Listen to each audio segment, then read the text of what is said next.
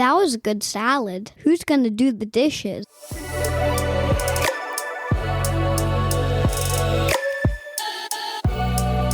Hi, I'm Ho Shen Ho. I'm living in Vancouver, BC, Canada, unceded territory of Musqueam, Squamish, and Tsleil-Waututh nations.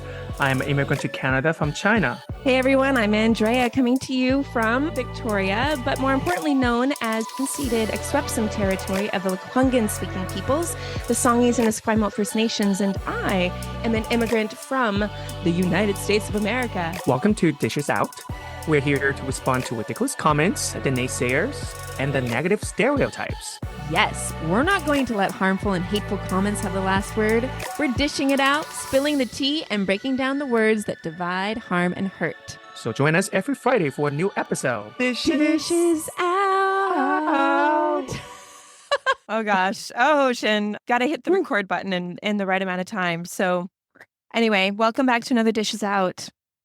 Welcome back. Today we have a news to dish out.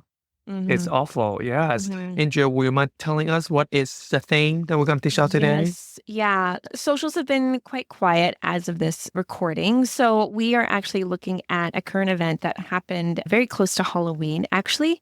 And we are jumping over to Nova Scotia. Yeah, Nova Scotia. So there was a Halloween party, or Halloween dance, that has been going on for many years. And it was the North Sydney Firefighters Club hosted the event in North Sydney, Nova Scotia. And we'll include the link to this story. CTV has picked it up, CBC, like a lot. This has made big news. So at the dance, however, 4 people showed up to the dance dressed up as Ku Klux Klan members. They say that they were costumes. They said when it was pointed out, they made a statement saying, oh, we made a mistake. But I think the comment we really want to unpack is a few comments. So the fire chief of the North Sydney Fire Department, Wade Guthrow, he said, I've been reading your comments, and to be honest, I've been very reluctant to post just because I don't want to add fuel to the fire, so to speak.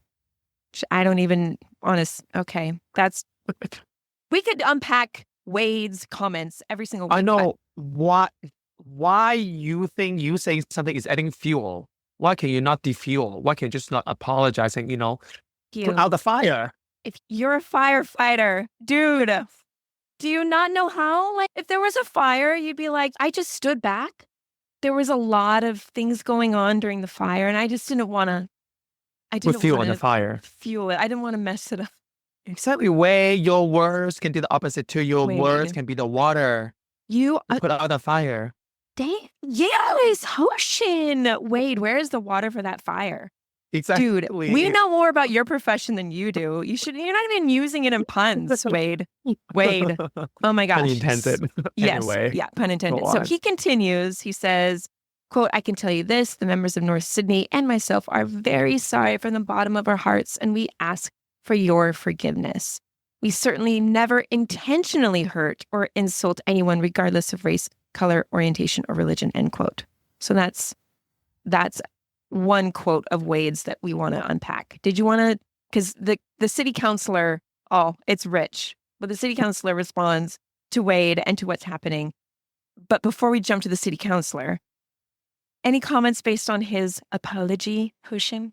Like I said, I don't understand why you first start with, I don't want to add fuel to the fire. Like, why don't you think your words can do the opposite? If I want to apologize and admit something, I don't think my word is going to add fuel. I hope, and I'm with the intention of my words going to put out the fire. I want to make a sincere apology. I want to admit what I did wrong and how I can take accountability and what I can do better in the future. And to prevent this ever going to happen. And what are the steps? Then you are putting water into the fire, not fuel. Exactly. Do you know what fuels a fire? Wind, air, not saying anything.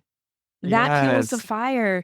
By not saying anything, you say something. And it is amazing how many people I meet in like the professions, like all over the map, who think if we just don't respond, this person's concern will go away or their sentiment will go away. And I'm just thinking, it's the opposite. That's the exact opposite. Especially if you're a person of leadership, wouldn't you want to control the narrative? Wouldn't you want to make it very clear? right? If this wasn't your intention, Yeah. Oh, we why did wrong. can't you, We like, apologize. Yeah. exactly. That night when the image came out on social media, when the videos were broadcasted It and, should be the first thing you do. first thing you do. Yeah, Like, absolutely. we're giving you, like, people, we're not just giving you cultural lessons, we're giving you HR and communication lessons too. We are not getting paid. Wade, fly us out to Nova Scotia. We will do some training, my friend. Yeah. Do some Let's do cultural that. Yeah. communication training. Yes. You should be responding like first thing when it comes out. And you should be apologizing, taking accountability, make it specific what happened Yeah. and what you're specifically sorry about and specifically what you're going to do to take accountability and make sure it won't happen again. Exactly. You know? Girl, Wade. Girl. Oh, yes. Yeah. I think we can move on to the city councillor because, anyway, this is where the gaslighting starts happening. Because there's always going to be the gaslighter, the one who's just, no, that wasn't that they were dressed as napkins, or I don't know. There's just always like It's just some wank. kind of, yeah, exactly. The city councillor for the area says that while she's disgusted by the incident, she feels people's anger should be directed at those who wore the costumes. Quote, my heart actually breaks for the fire department. To deem an entire organization as racist and to pull them through the mud when they do so much for everyone, they made a mistake. They said they were sorry. What more do you want? End quote. Oh my God. Okay, Erlene, girl, listen up.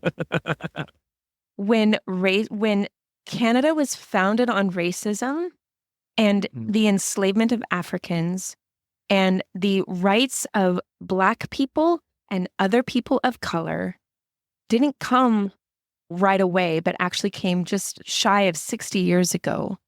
For you to say, what more do you want? You need to do your training with Wade. Like, honestly, because if racism wasn't an issue, if these events in history did not happen and someone just made up the KKK and it had no racial motivation, like, we wouldn't be having this conversation and you wouldn't be put under the fire. I think the fire department has full responsibility because they are in charge of creating safe workspaces for their staff and for the people that they serve. Like that, like DEI inclusion, like that kind of education is paramount, especially if you are in frontline life-saving work. Yeah. And then for her just be like, okay, they made a mistake. They said they were sorry. What more do you want? Accountability. Action to prevent this ever happened. Also, I don't see anything about what happened to these 4 individuals. It was all these like executives or fund leaders making apologies. What about the 4 people? What were the intent? How this exactly happened? Why no one ever stopped them? Like, also a lot of question was not answered or apologized for. The accountability was not taken. They what declined interviews. Yeah, they even an apology was not make like even soon enough. I think it should happen right away. Right away. Press conference should happen right away. That also shows how urgently, how serious you take these things. Yeah, it takes you a couple days to answer, and you think, oh, I'm reluctant to do that. That shows how not serious you're taking this into account. And this is serious. Also, it's KKK. If you live in this world, you know what it means. Are we talking? Exactly. Like, you know what it means. Exactly. It's not like these guys were like, oh, this was on sale. I guess I'll just wear it. No, you knew exactly what you were putting on. You know, exactly. And in the apology, the way was saying, oh, usually like people, like we never know who's going to come in the door. We don't know who's people going to dress up as. But if anyone in that room, organizers, anyone saw that costume, don't you think the first thing is, oh, by the way, you can't be here. You have to go now. Door is closed. There was a African Nova Scotian educator, which like a lot of African Canadian history, like there's a lot that happened in Nova Scotia. Viola Desmond was in Nova Scotia. There's communities that were attacked to forcibly remove African Nova Scotians from the area. So Nova Scotia is not a stranger to anti-Blackness, right? And so there was an educator and activist, Elle Jones, who said people are experiencing racial terror right now. We have mosque shootings. We have people being run over by cars. We have racial terror crimes happening in our society right now. It's not something that's in the past. and it's not a joke. Like Earlene, like honestly, that's what we want. We want this to be taken seriously. And an apology, I'm sorry, an apology without action means nothing. Absolutely nothing. And also, it is so right to call the whole organization racist because one, as you mentioned, means probably there's no training. No, this organization does not care because again, there's no press conference. It's definitely on an organization level. And second, where is the cross-cultural or like equality training for these people? If you had this training, why do they not know that it's not okay? And second, why they were not stopped, right? Exactly. That means everyone participated in this party. Everyone participated in that party, which is, I assume, is what they're all from this organization. No one stopped them. Yeah. So it is very righteous to call the organization racist. Absolutely. And they are racist. Yeah, they are. They are. And you can tell by their response too. Absolutely. Oh, it wasn't my intention. That doesn't matter. I'm reluctant to talk about it. Again, I think I used this terrible analogy before, but if I'm eating an apple and I'm like, oh, I don't want to finish the rest of it, and I chuck it behind me and I end up hitting a kid in the head, what am I supposed to do? Turn around and be like, oh, I didn't mean to hit you. I know, you should not be there. It doesn't matter. You hit the kid. It doesn't matter. Like, make you sure apologize. Okay. You apologize. You look over your head next time before you chuck that apple over your head. Anyway, so we'll post the link to this statement. And again, Wade and Earlene, you also. Like the Council of Nova Scotia. And this is the other thing. Like there's plenty of people who are doing the work there. I firmly believe it. And nothing we say, if we were brought out there to do some training, it's not like it hasn't been said before. But honestly, you need to do something to change yourself. You need to do something. The whole organization. This is unsafe. And it's completely unkind and completely uncalled for and absolutely no place. There's no place for that. And I think both Wayne and Earlene, you should sit in this thought that you are racist in that sense. Because if you don't take this seriously, in many ways, this race cause is not close to you. You don't see them as equal. That's why this is not important, not as serious to you. And that, in that sense, means you are racist. You need to sit in that thought that you are. Yeah. And then, because realizing a problem is the first step to solve a problem. It is. If you continue this narrative that, oh, I'm perfect, I see everyone the same, then you will never, ever change. And this is going to repeat again in some other shape or form. Right. And this isn't to throw shade on you all, Wade and Earlene. I'm racist too. I grew up with unconscious bias myself. Same. I still have thoughts or even knee-jerk reactions to things that are completely uncalled for. I realize that though, and I have to take action like all of us have to. That's the first step.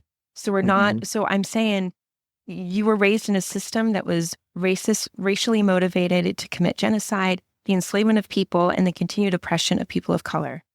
Yes. Sorry. But anyone who grows up in that and who isn't self-aware of the harm that it does, my friend, you're racist. Like you are. You really are. And we won't get any better. We won't thrive as a society if we just keep ignoring it and pretending like that doesn't exist in us. Exactly. So Wayne and Earlene, please, again, sit in that thought. We want to help you in many ways. And if you keep denying, ignoring racist tendencies, you will never be a better person. In many ways, we're not trying to share you or try to lecture you. We're really helping you in this way. Because you're just as much under in a cage that racism builds. Yes, we all are. Else, right? Yeah. So this is for your freedom and for everyone else. Oh, that's the dishes out. Gosh. That is the dishes out. Well, can we just slow down? I don't know. On the like racism, can we just, I don't know, take a day off? Can you like go to the beach? I don't know. Can you go for a swim somewhere? Like, honestly, not the KKK. Also, it's crazy. Halloween, people still dress up as KKK. Girl, what are you, bored or a stone? I live like underwater. I think Ariel even know more than that. I don't think even Ariel will wear KKKs. No, she wanted a whole new world. Yeah, she wanted a whole new world that everyone. Anyway, thank you, Hoshin, for dishing it out with me. And thank you, audience, for listening. Yes. And our invitation is there. Wade and Earlene, you probably will never listen to this, but we're here. We're here. But for people who would listen, please do reach out to us if you want to share your comments with us. Our TikTok is Canadian.salad and our Instagram is Canadian Salad. You can also go to our website, canadiansalad.ca. Yeah. And reach out to us or just Reach leave out a to comment us. and give us a 5-star review in our podcast. Or leave us a comment and you might be Yeah. the special person that we respond to. We'll talk about it. True. We love True. all kinds of comments. We do. We do. All right, everyone. Have a wonderful week and we'll talk to you soon. Bye. Talk to you soon. Bye.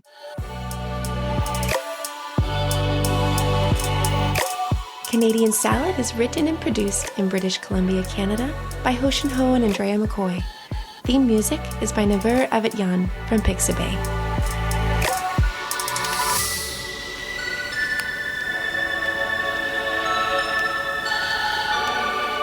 I like oranges with my salad.